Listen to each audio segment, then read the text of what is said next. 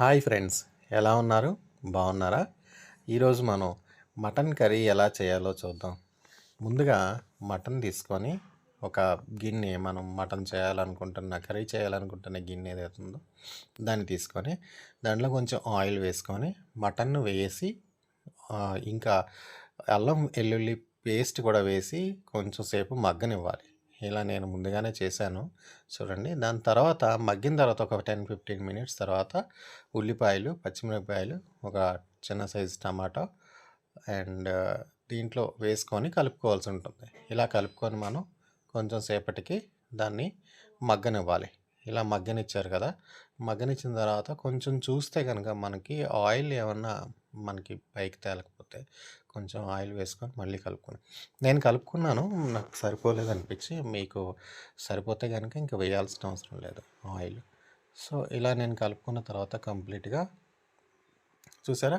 ఇప్పుడు మళ్ళీ నేను కొంచెం కారం వేసి, తగినంత వేసుకోవాలి కారం.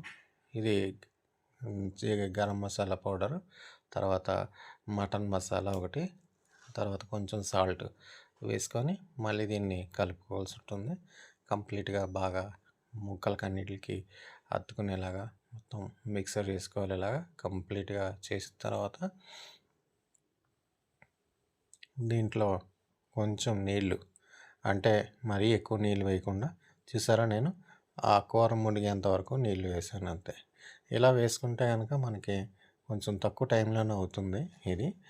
అండ్ ఇప్పుడు మళ్ళీ నేను ఫైనల్గా ఏం వేసానంటే కసూరి మేతి, కొంచెం ఈ పుదీనా, తర్వాత కొత్తిమీర, ఇవన్నీ కూడా కలిపేసి బాగా ఇది అయిన తర్వాత దీని మీద మూత పెట్టి కొంచెం సేపు మగ్గనిచ్చాక అంతే, రెడీ మటన్ కర్రీ. మీరు ట్రై చేస్తారా? ఇది ట్రై చేసి కామెంట్ చేయండి, లైక్ చేయండి, సబ్స్క్రైబ్ చేయండి. చేస్తారు కదా? సబ్స్క్రైబ్ చేయండి.